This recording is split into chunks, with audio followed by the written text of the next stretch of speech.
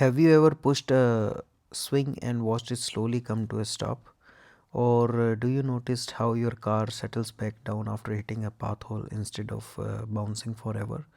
So, hello everyone, welcome to the Skill Talk, and today we are going to discuss the topic that is known as the damping. And also, we are going to understand exactly why it is, what it is, why it happens, and why engineers care about it so much. So again, that in the same like our previous videos, it's like no complicated maths, just clear ideas. Okay, so let's start. So what is this damping? Okay, so the simplest way to think about it is damping is a nature's way to slowing things down. Okay, so when something vibrates, can be spring, bridge, or you can take a car suspension, everything is having the energy. So damping gradually takes that energy away until this vibration or this movement stop. So let me give you three quick examples to make it stick. Okay, so first one is like, let's say a ringing bell. Okay, strike it, it will ring. Now touch it with your finger. What will happen? It will stop instantly. So because your finger is adding the damping and it absorbs the energy out of the bell. The second example will be that thinking about the let's say one is running on the ground versus swimming. So running on the ground, or you can say running through air, it's almost a negligible resistance compared to the one who is swimming through the water, right? Because the water push back against every moment, so that resistance is known as the damping. Let's take another third one, a very simple example from our day-to-day life, that is your car suspension. Let's assume you are sitting in a car and it hit a pothole, and that car is with a very good damper, it settled back down, very smooth movement is there. Now assume that now you are sitting in a car with a worn out dampers. So what will happen? It will keep bouncing up and down. Okay, so the difference is how much the damping in the system. So damping is just a energy that leaving a vibrating system, simple as that. Okay, so now why this happens? Okay, now why does this damping happen? Where does this energy actually go?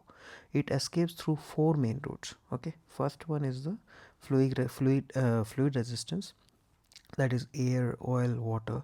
So they all push back against the moving object. So every time, let's assume that your car piston moves through the oil, some energy is converted to the heat, and that's it, it's gone.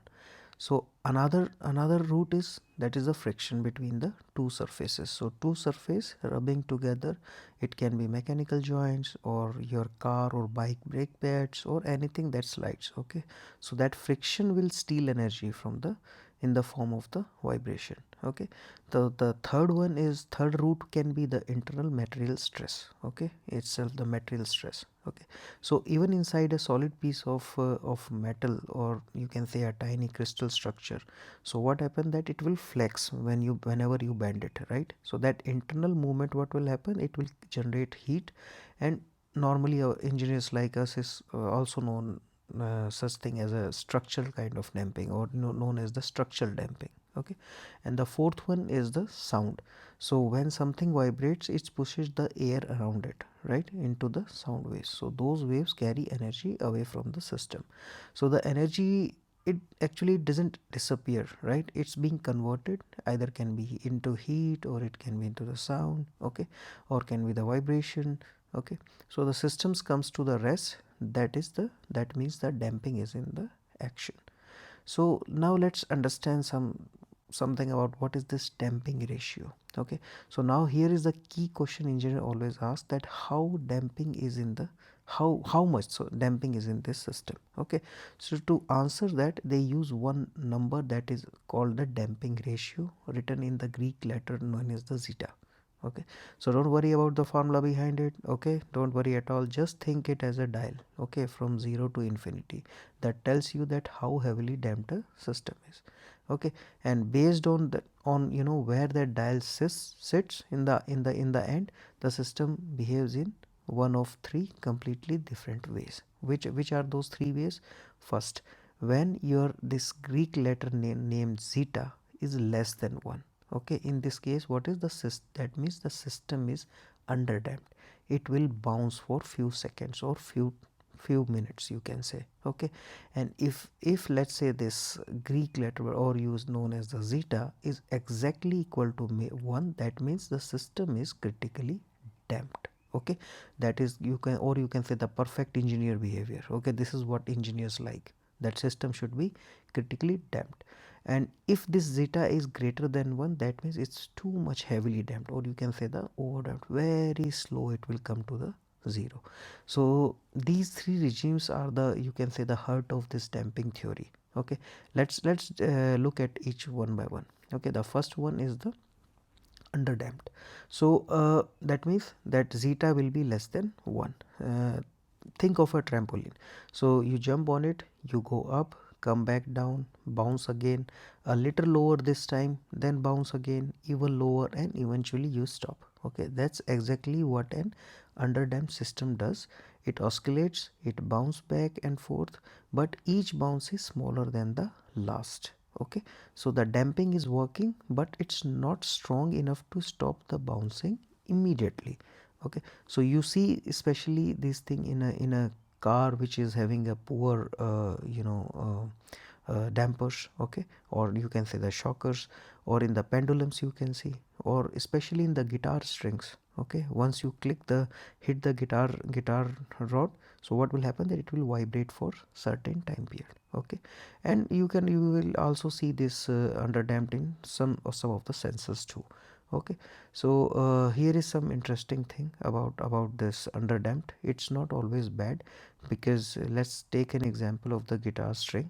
So if you, definitely you want to keep it vibrating for as long as possible. Okay, so because that's the sound. Okay, otherwise the guitar will be sounding very unusual.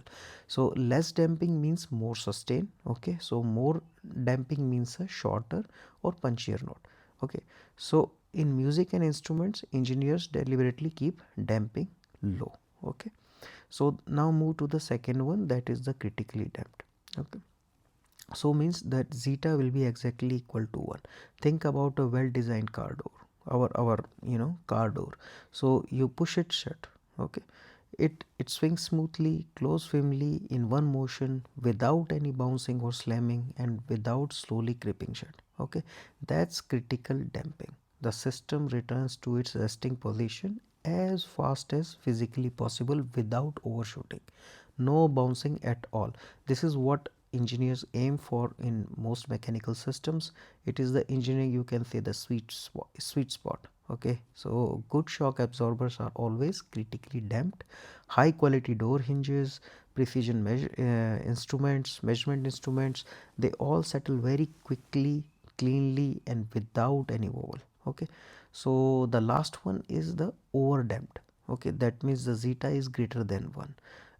Think of any of the very viscous liquid, or you can say the honey in a jar. Okay, so the resistance is too high that honey barely moves. Okay, you push it, it slowly sluggish response, but it will never ever bounce back. Did you see any honey it just bouncing up and down? No, right?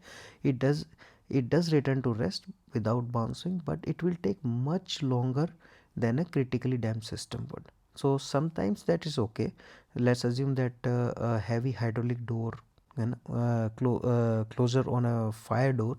Let's take the example of a fire door. So it's oftenly overdamped for a purpose. Okay, because why? Because you want it to shut slowly and safely. So it's not like that immediately it will be it will be close with a very fast speed. Of course you want that door to be shut very slow. Okay, you see this in especially see in the hotels, or sometimes in the houses also. People nowadays they are using this. So but in most engineering situation, over damping is mostly it's a problem, because the system response is very slow. Okay, so to compare, let's put everything in one slide, all these three types of damping, so that it can be easily understand and you can compare it. So first let's go with the underdamped. Oscillates, yes. Return to rest at moderate speed. Overshoot, yes. And it is best for what? Musical instruments and sensors. Now same way If it's a critical damped, so there will be no oscillation at all. It will be faster return to rest, no overshoot, and best for the shock absorbers or the control systems, or like your our car doors. Okay. And now the next one will be the overdamped.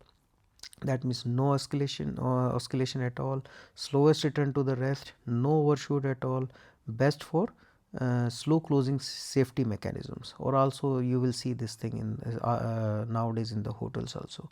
So the key thing to notice is that critical damped is the only type that gives you fast and stable. Okay, no bouncing, no sluggishness. So that's why the engineer normally target it. Okay. So now what is the takeaway? Now we are end to this topic. I hope this topic is very much clear. So let's wrap up all major 5 things that we learned today from this video. First one is that damping. So damping is how vibrating system gradually lose the energy and come to rest. Clear? Second point that we have learned is that energy escapes through can be escaped through friction, fluid resistance, internal material stress, okay, or the sound, okay. And the third thing that we have learned is there are 3 types of damping. One is underdamped, then second is the critically damped, and the last one is the overdamped. Okay. And the fourth thing that we have learned that normally engineers use the damping ratio, okay, is known as the zeta, as a single number to classify and then design the damping behavior. Okay. And the last is that what we have understand is that damping is everywhere in our day-to-day life. It is in your car, buildings, phones, musical instruments. Understanding it helps engineers make everything work better and safer. So that's damping explained a very simple way, I believe. I hope you like it. So next time if your car handles bump smoothly, or let's say you hear a bell and slowly fades to silence, so you will know exactly what is happening. Okay, so now you can relate your day to day activities and with this damping phenomena. Okay, so if this video helped, hit the like button. It generally helps the channel to grow. Subscribe more for skill talk content on condition monitoring and the engineering fundamentals. And definitely please don't forget to leave a comment which of these types surprise you the most. Okay, see you there, see you next time. Till there, take care.